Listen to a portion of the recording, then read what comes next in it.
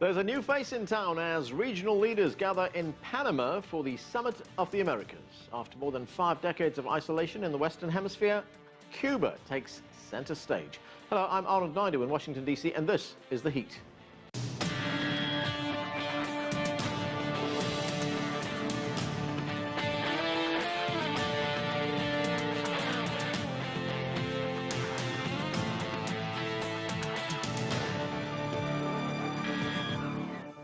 It was mid-December when U.S. President Barack Obama and Cuba's President Raul Castro surprised the world, announcing their intention to normalize relations between the two countries.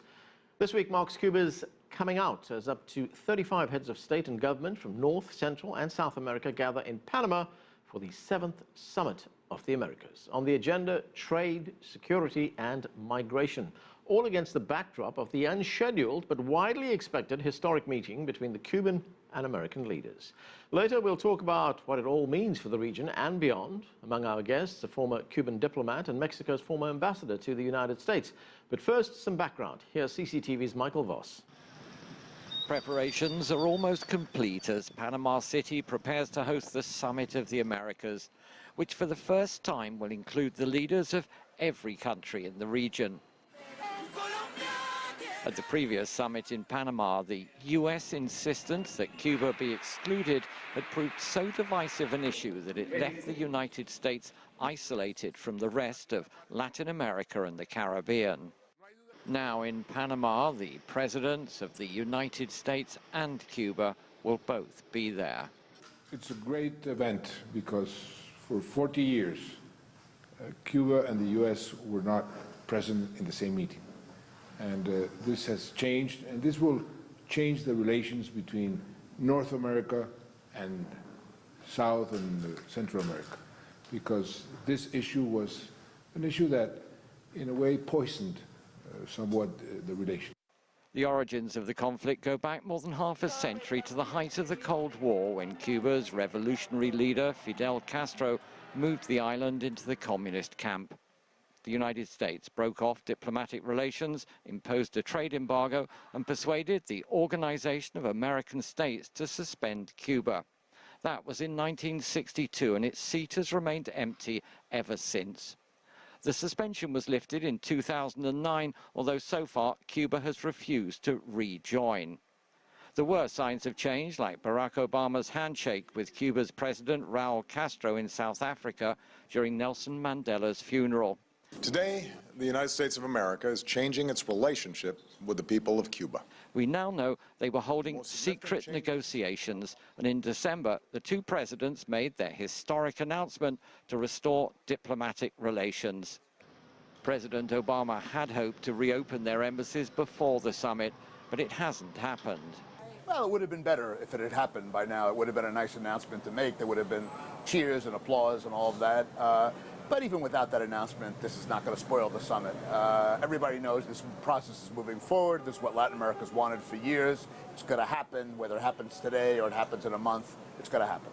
There is another disagreement brewing, this time over the Obama administration designating Venezuela as a threat to U.S. national security.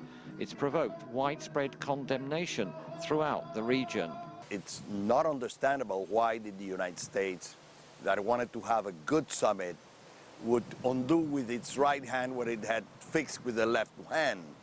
Approaching Cuba was a way of fixing things so the summit will be fine. Now the Venezuelan issue has thrown a monkey wrench inside the machinery. The summit begins on Friday, but there are a whole series of official forums already underway, including youth and civil society groups from across the continent.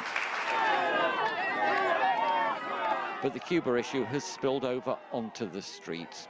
Some of the Cuban delegates to the Civil Society Forum reacted angrily at the arrival of Cuban dissidents and forcibly turned them away. While most of the attention is on the historic meeting that will take place between Presidents Barack Obama and Raul Castro at this summit center behind me here, the official theme of this summit is prosperity with equality, the challenges for Latin America. And there really are some challenges here. I mean, the UN estimates that about 20% of the population in the region still live on less than $4 a day.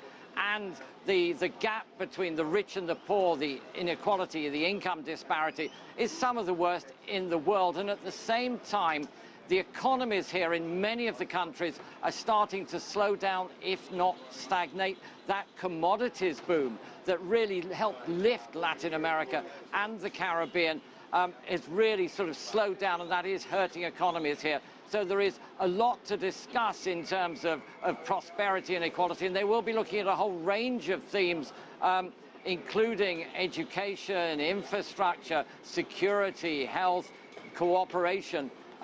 And there are some really quite divergent views here as well.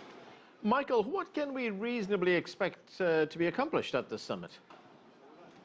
And I think in terms of concrete outcomes, probably not too much. We don't even know, for example, if there will be a final declaration from the summit. We're not sure that all the different countries can agree. Remember, there's a broad political spectrum represented here, from sort of protectionist, left-wing to free market. So we're not sure about that. I think a lot of what's going to take place is going to be on the fringes. There is, for example, a business forum taking place here on the sidelines, attracting business leaders from across the region, ranging from the head of Walmart to Mexico's billionaire Carlos Slim. And we know that, for example, President Obama will join his counterparts from Mexico and Brazil to address that forum. He has a number of initiatives. He's got $1 billion pledged for security and helping within Central America. There's also something called the 100,000 Strong Initiative, which CEOs are helping to fund to promote higher education exchanges between the US and the region.